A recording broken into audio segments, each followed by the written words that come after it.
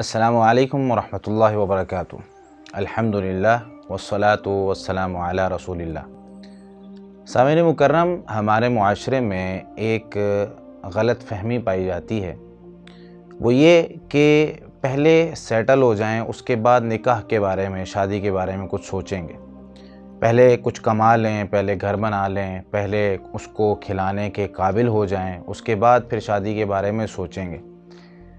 اس نظریے کو اللہ رب العالمین نے قرآن کریم میں اور نبی مکرم صلی اللہ علیہ وسلم نے اپنے فرامین میں کچھ یوں بیان فرمایا ہے کہ نکاح تم کر لو، اللہ رب العالمین تمہاری مدد کرے گا اور تمہیں غنی کر دے گا، تمہارے مال میں اضافہ کر دے گا، تمہارے رزق میں اضافہ کر دے گا۔ سورہ نور کی آیت نمبر 32 میں اللہ رب العالمین ارشاد فرماتے ہیں وَأَنْكِحُوا الْأَيَامَ مِنْكُمْ وَالصَّالِحِينَ مِنْ عِبَادِكُمْ وَإِمَائِكُمْ۔ تم اپنے غلام، اپنے نیک لوگ، لونڈیاں ہیں، غلام ہیں، جو بھی ہیں، ان کا نکاح کرو۔ إِن يَكُونُوا فُقَرَاءَ يُغْنِهِمُ اللَّهُ مِنْ فَضْلِهِ۔ اگر وہ فقیر ہوں گے، ان کے پاس مال و دولت نہیں ہوگا، اللہ تعالیٰ ان کو اپنے فضل سے غنی کر دے گا۔ واللہ واسع علیم، اور اللہ تعالیٰ بہت وسیع علم رکھنے والا ہے۔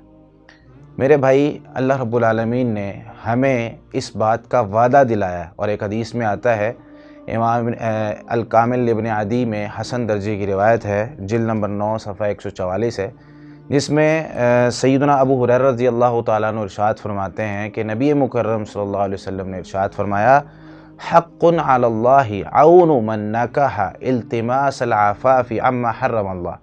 اللہ تعالیٰ نے اپنے اوپر واجب کر لیا ہے کہ جو شخص حرام چیزوں سے بچنے کے لیے نکاح کرتا ہے، اللہ اس کی مدد ضرور کرتا ہے۔ اور ایک روایت میں آتا ہے ثلاثۃ حق علی اللہ عونہم، 3 لوگوں کی مدد کرنا اللہ تعالیٰ نے اپنے اوپر فرض کر لیا ہے۔ ان میں سے ایک وہ ہے الناکح الذی یرید العفاف، وہ نکاح کرنے والا جو پاک دامنی کے لیے نکاح کرتا ہے، گناہ سے بچنے کے لیے نکاح کرتا ہے۔